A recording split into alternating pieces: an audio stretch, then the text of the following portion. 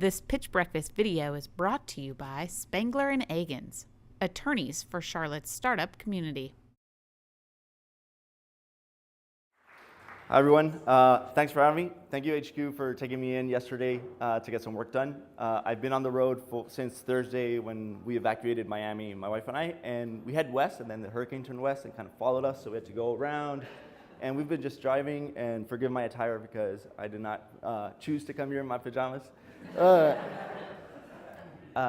it's been a long road, but landed here in Charlotte, weather's nice, and staying here for a few days, getting some work done, and also reaching out to some investors. So let's get started. So I'm Juan Bermúdez. I'm one of the co-founders of CoachQ, and we give coaches a way to deliver health and fitness coaching at scale. I started this company with my co-founder, Francisco Quintero.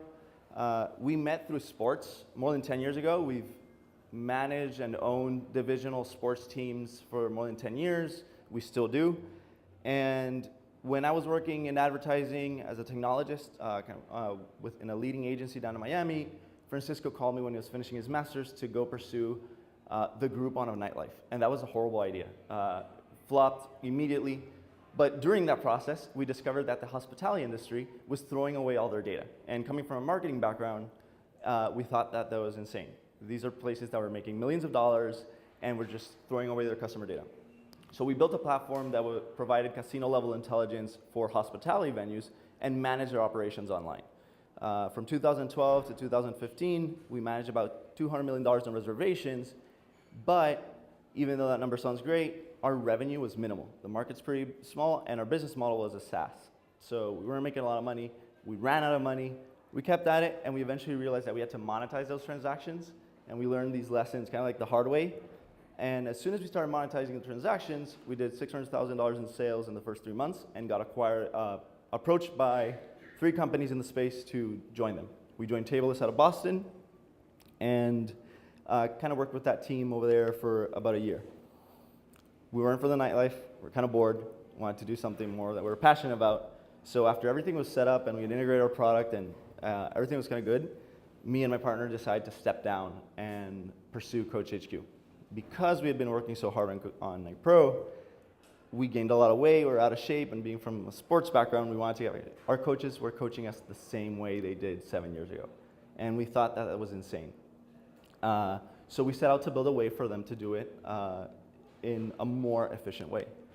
And the problem with coaching as it exists today is that coaches have a fragmented workflow. If you're a personal trainer, a coach, or you're a nutritionist and trying to work online, you have all these tools, so you send emails, PDFs with like nutritional programs. You don't have a lot of knowledge about how to market yourself or sell online. And the way you build people is sometimes through PayPal or Venmo, which looks very unprofessional. And you have very little ways of keeping track of your clients, and looking at what they're doing. And clients inherit these issues. And in a world where you can kind of book an Uber or book an Airbnb with a couple of taps, we find it astonishing that a service like health coaching or fitness coaching is so outdated. And it's a life-changing experience that can have a big impact. And it's, for some reason, left behind.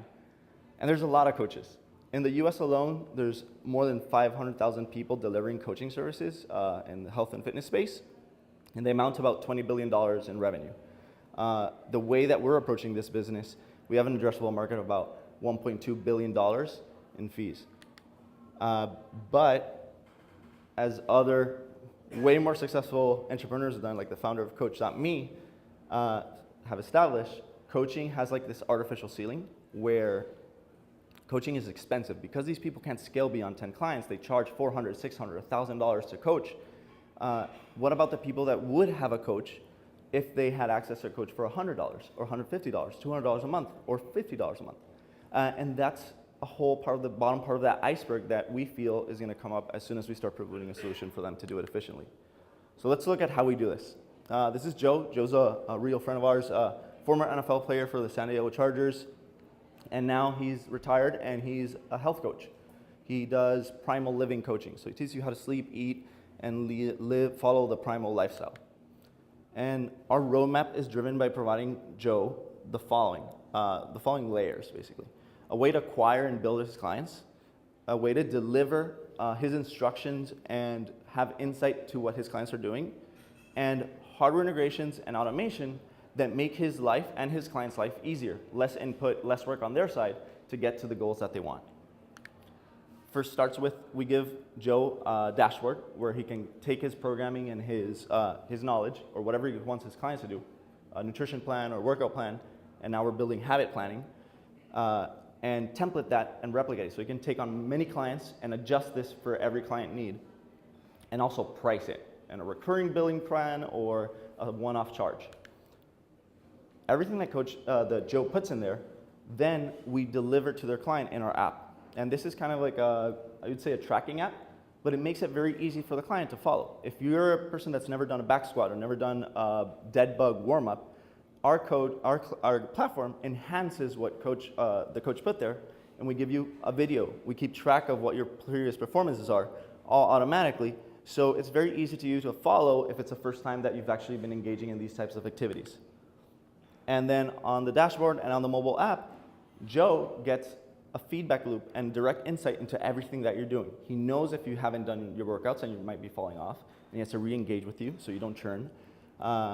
He also has you have a direct line of chat with your coach, and all these ways where he can keep track of his clients, and we bubble up the clients that need more attention so he can follow up on them and re-engage with them. We launched in late July, and we had about 30 coaches in our first batch, and we have coaches from different areas. We have people training Olympians. We have Instagram influencers that are selling coaching programs online. And we have nutritionists working with us. And surprisingly, we thought we were only going to launch in the US. We have now coaches in Europe, US, and Canada.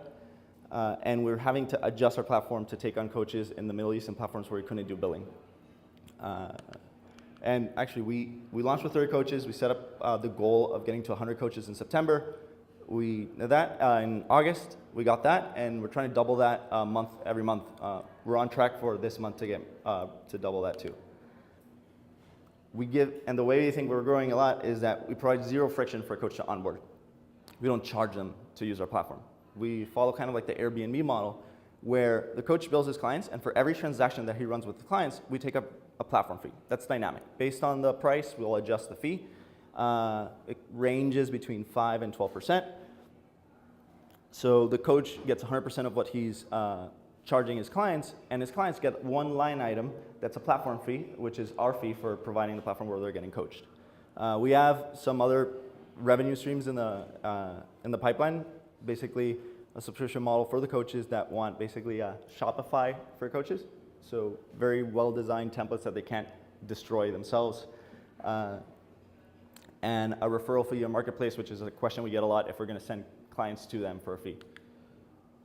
The way we grew this at the very beginning is that we identified that coaches market themselves a lot online, so especially on Instagram. So we created a bot, we scraped Instagram in 22 states, we found 52,000 coaches, 6,000 emails that we can parse out of their bio. And when we ran our first campaign, we got our cost of acquisition down to $2 to $250 per coach registration. And our average transaction gives us about $5 in revenue. So with the one transaction, we already make our money back on each coach that we sign up. Then we started experimenting with content online. Since they're on Instagram, we developed this campaign, and now we're probably going to develop this more to a blog and a podcast called Better Coaching. We provide coaches with knowledge. We go through scientific research, and we give them tips on very concise, not hyped up health facts, but this is, we'll go deep into like research and find hormonal effects and things that they can explain to their clients, and they get this, they see value in this. So this has actually created a lot of engagement. We turned off our ads a week ago or 2 weeks ago, and our registrations only went down 50% without paying any money. So this has been working well for all. And then in the pipeline, the blog and the podcast, also working with institutional partners that certify coaches and providing them a referral fee, basically a lifetime revenue share from coaches that they train, and an affiliate program for coaches. Healthcare, fitness market in terms of competition is a very crowded space and very difficult. But in terms of coaching, there's few apps. Fitbot is our main competitor. It's a Techstars company. And if you look at Fitbot, Train Heroic, and Training Peaks, our coaching companies, they're niche-based. Nobody's actually looking at this at the broad-based general population. Weight loss, just maintenance. They're very focused on strength and conditioning, football, or endurance sports. And there's a whole range of people that are trying to look for solutions. And that doesn't mean that we have strength and conditioning coaches in our platform. And then on the fitness side, all these apps take on the consumer side on the cost of acquisition. We don't. We help our coaches sell. So if we have 1,000 coaches, we have a sales force of 1,000 people acquiring clients for us. Our timeline, we started in July last year. We thought we were going to do this for gyms as a communication platform. It flopped because we couldn't switch them over from their billing programs. But they still wanted the software for coaching. So we kind of changed direction and focus on the coaches. And we have coaches that work at gyms coaching on our platform as additional income. And we opened signups. We're growing basically at a 2x rate the last 2 months, but that's easy at the beginning. See how that keeps up for the next 6 months. And now we're raising a seed round on a convertible note. $250K at a $2 million cap, 20% discount. And this basically is to get us to our next goal, which is get to 1,000 active coaches, bring in a former teammate from Night Pro that is working at an ad agency, and getting close to break even so we can raise at much better terms next year. We think that timeline is about 12 months to get to those 1,000 coaches. Thank you very much.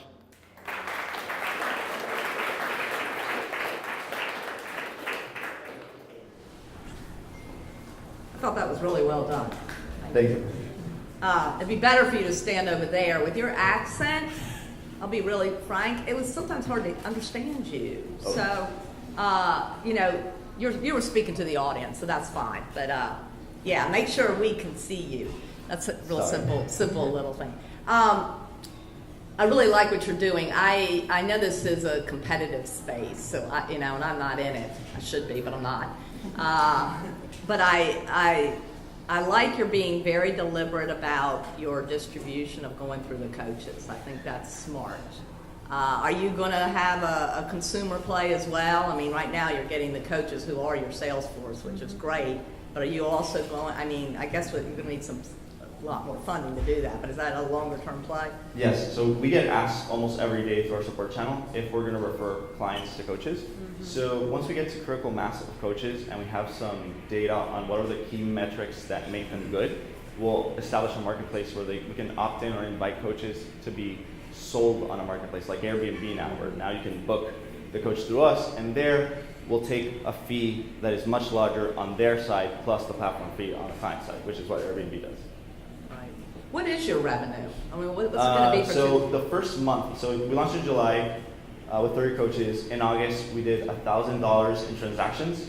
So that's very little revenue because we are, at the very beginning, our platform fee was set flat at 5.5%. We adjusted it to 5 to 12%. And then this month, we're on track to double that. So we're just starting to see the revenue. We also discovered, and because coaches were calling us because they like the platform, they're happy, just want to know more where it was going, is that when we onboard a coach, there's a delay. They might have already billed a customer for the month. So the first month that we onboard them, they're just kind of setting up everything so they can start onboarding their clients onto our platform. So we expect to see this month a lot more transactions than last month, because now that these are clients that are now going into this new billing cycle. So what do you think you'll do for 2017? What do you estimate? We're shooting to get at least $10,000 in GMV in total for the rest of the year, and to try to keep aggressively hitting like that 2x mark every month. So. And then what are you projecting for 2018? Are you there? 18. So for 2018, by Q3 of 2018, we want to be at around 50,000 to 100,000 MRR, which means that we are making in fees that amount of money. That's another key aspect I didn't mention, is most of our coaches, they validated our pricing model. We thought they were going to charge $100 a month. They've actually been charging $200 a month. And surprisingly, most of the charges are recurring. So every client that they bring on board, we're actually getting recurring revenue for the months. So we're still keeping those transactions from last month, so they'll start piling up. I think I followed you. What's the total dollar for 2018? What's your total revenue for 2018? We're shooting for 100K at the end of the year. Okay. Go ahead. I'll close it off. Okay. And we should lead for these guys. We can do that. Yeah, real quickly, your presentation's way too long. It was a 5-minute pitch, and you were like 10 minutes or 15. Oh, really? Just realize you'll have opportunities to pitch in various formats. Sometimes you get 2 minutes. Sometimes you get 5. Sometimes you get an hour, right, with an investor. You'll have to craft your pitch for the particular application, and yours is just too long for today. Yeah. I didn't realize they don't cut you off, huh?